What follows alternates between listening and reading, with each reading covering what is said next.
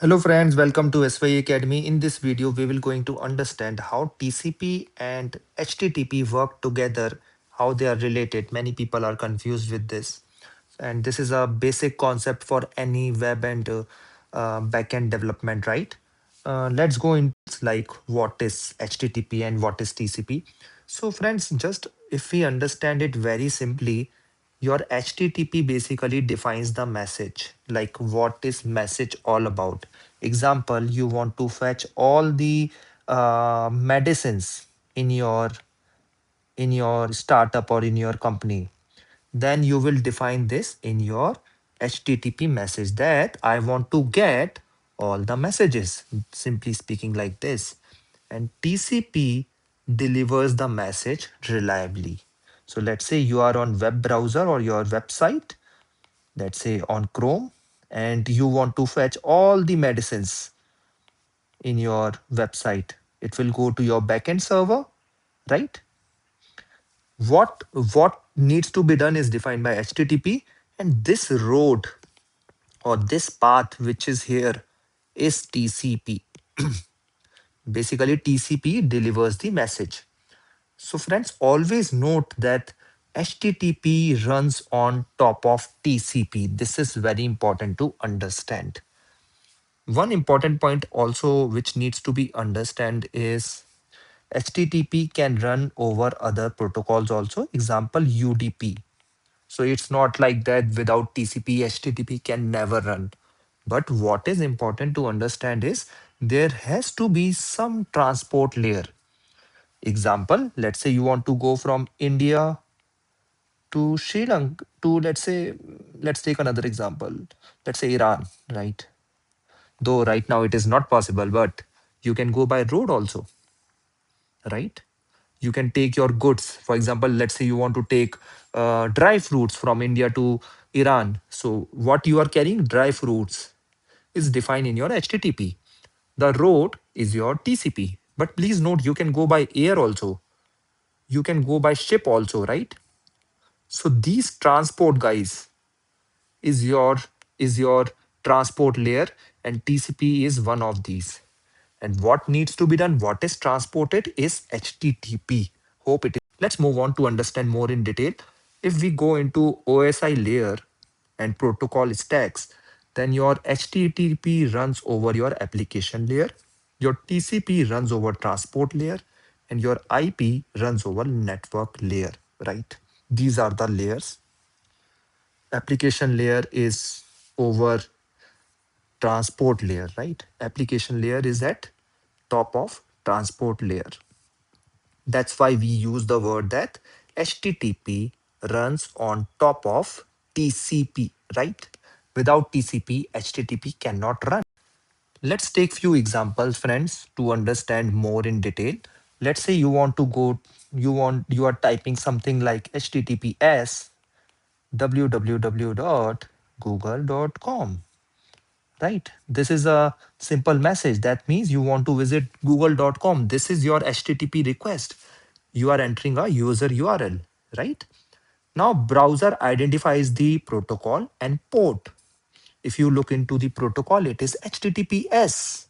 What is the port? Can you tell me the port? Is it 80? Is it 443? Please note we have S here. So it is 443. What is the host name? Host name is google.com, right? This is your host name. So without no HTTP, no connection, right? That's the thing you need to understand. But what is TCP doing here? This is the client request. Right now, TCP is not even in the picture. This is the client request. Now, TCP connection is set up between your client, which is your web browser.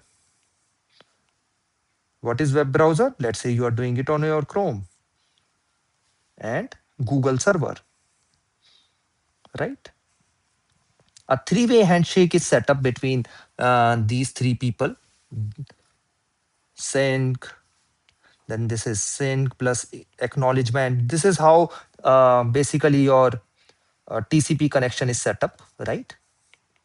This is acknowledgement. I'm not going into detail what is SYN, what is acknowledgement, right? It's a three-way handshake which TCP follows. Once a reliable connection is set up, right? That means road is ready or transport mechanism is ready and your HTTP request can be sent. So friends, please note your HTTP request, which is like a GET in this case because you are visiting a website. Your user agent in this case is what? Your website, which is your browser, which is Chrome, right? Your host is what?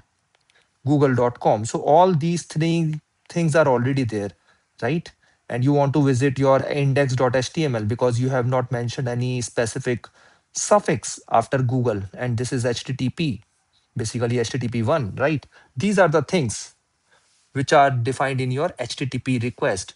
What happens, friend, right now is your HTTP request, which is this, is broken into packets. So request is broken into number of packets, right?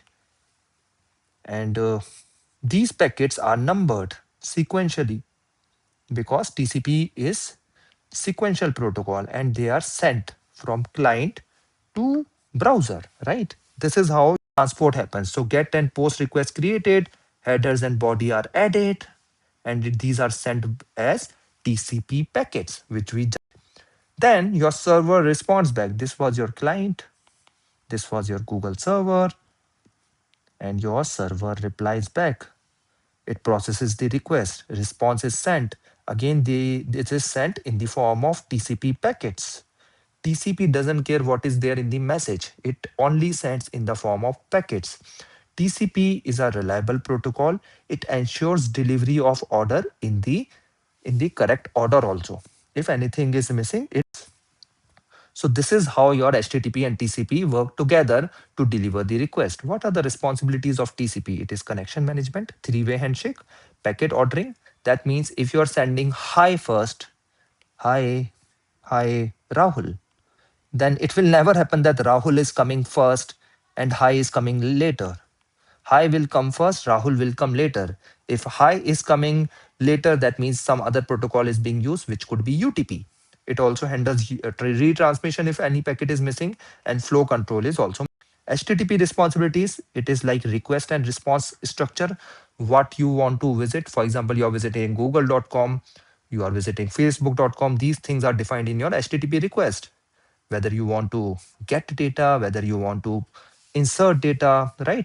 What are the status code? For example, 200 status codes means successful, 400 means something wrong with your request, 500 error means something wrong with your server, right? So these are the status code which are managed by your HTTP. Why this matters for Nginx? Nginx listens on TCP ports. It passes the HTTP request and routes traffic to the services. So Nginx basically listen on the TCP ports and it passes your request. So any request which is coming from your client first goes to Nginx. Nginx runs on TCP ports and it passes the HTTP request and then redirect to particular service. Example, let's say this is audit service and this is your, let's say, mandate service. And if the URL contains mandate, then the request will be redirected here. If the URL contains audit, it will be redirected here. These rules can be defined in common misconceptions which you should always avoid. HTTP is not faster than TCP, right? Some people start comparing between HTTP and TCP, which is little odd, right? This is not true. HTTP cannot work without TCP. This is also not true. I just told you HTTP can work with UDP also. So it is not that HTTP is totally dependent on TCP. You cannot say that, okay, I can go to Iran from India only by flight. You can go by ship also, right? They solve different problems. One is running on application layer, which is HTTP, and other is running on transport layer. Basically, you can say that HTTP runs on top. So in summary, TCP ensures the reliability, HTTP defines the communication rules, and they work together to power your web technology. So that's all. Thank you and have a good day.